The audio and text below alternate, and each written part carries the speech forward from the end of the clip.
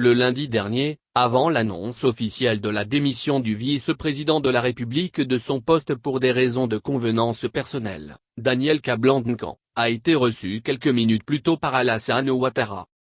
Suite à cet entretien avec le chef de l'État, Daniel Kablan-Duncan a rendu sa démission de son poste de vice-président.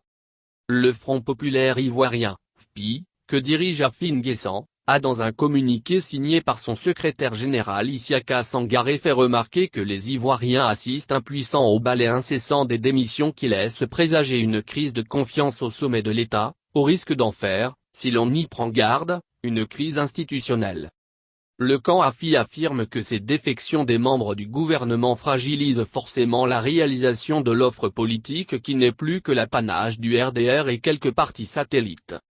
Pour cette branche officielle du FPI que jouxte celle non reconnue d'Assa Adou, la démission du vice-président de la République, pour convenance personnelle, entérinée le lundi 13 juillet 2020 dernier par le président de la République M. Alassane Ouattara, ne manque pas de susciter beaucoup d'interrogations voire de sérieuses inquiétudes, à quelques mois de l'élection présidentielle d'octobre.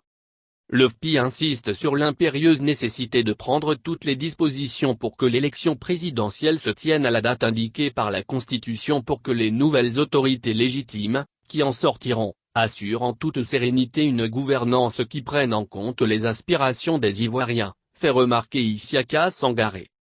Enfin, il invite la communauté internationale, à travers ses organismes dédiés à la supervision électorale, à s'impliquer afin de garantir des élections transparentes en Côte d'Ivoire.